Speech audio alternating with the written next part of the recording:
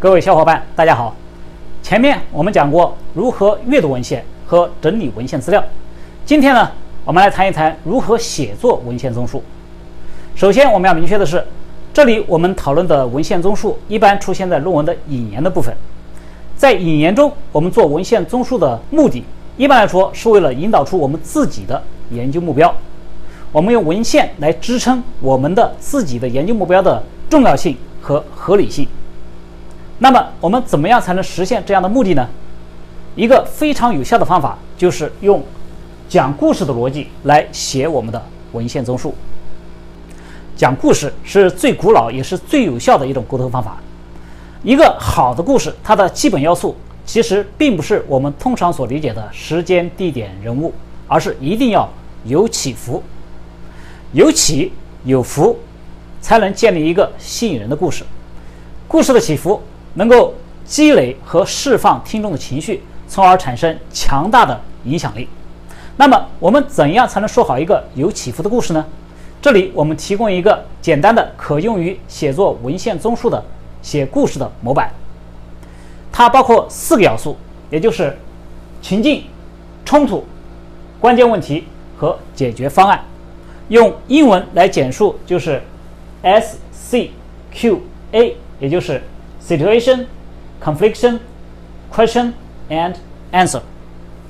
我们的文献综述中，如果包含了 SCQA 这4个要素，我们就有了一个有起有伏的故事逻辑。首先，第一个要素 S， 也就是情境。在这里呢，我们要挑出文献中最不具争议、读者最容易认同的部分来写，因为这个要素的目的是为了实现和读者的对接，取得读者的基本的信任。第二个要素是 C， 也就是冲突。冲突就是起伏的开始，它可能是一个显然的挑战，也可能是通过文献分析才能够发现的一个潜在的威胁或者机遇。第三个要素是 Q， 也就是关键问题。这个要素呢，往往最能体现出作者的眼光，因为作者需要明示出解决所提出冲突的关键点在哪里。第4个要素是 A， 也就是解决方案。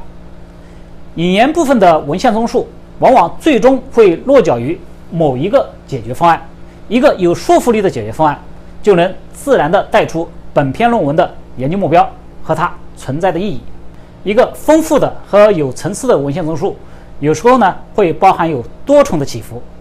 比如说，一般来说，首先我们介绍 background and history， 在对这些基本的情境的介绍之后呢，我们可以提出第一个冲突，也就是 problem and challenges。 接着呢，我们一般会介绍现有文献中已经提出的关键问题和解决方案，也就是 attempt solutions。 接下来呢，我们可以进一步分析现有的解决方案中它的成功之处和不足之处，包含有各种 experience and failures。 我们可以进一步提出一些遗留问题，实际上呢，也就是提出了第二个冲突。然后呢，我们可以再进一步针对这第二个冲突提出我们新的关键问题和新的解决方案，也就是 modified solution and significance。 当然呢，我们也可以提出第3个和第4个冲突。总之，我们最终的冲突就成为我们本篇文献综述的落脚点，也就成为本篇论文的最终的研究目标。当然，也有可能我们还存在一些最终的 remaining problems， 最终的遗留问题，它们呢则会成为本篇论文的 future direction。SCQA 是一个讲故事的最自然的顺序，但是呢，在实际的写作过程中呢 ，SCQA 的顺序是可以根据不同的情况有所调整的。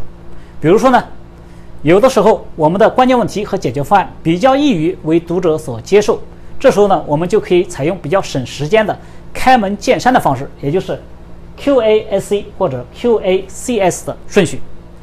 首先提出关键问题和解决方案，直接点明本篇论文的研究目标，随后呢再慢慢的介绍情景和冲突。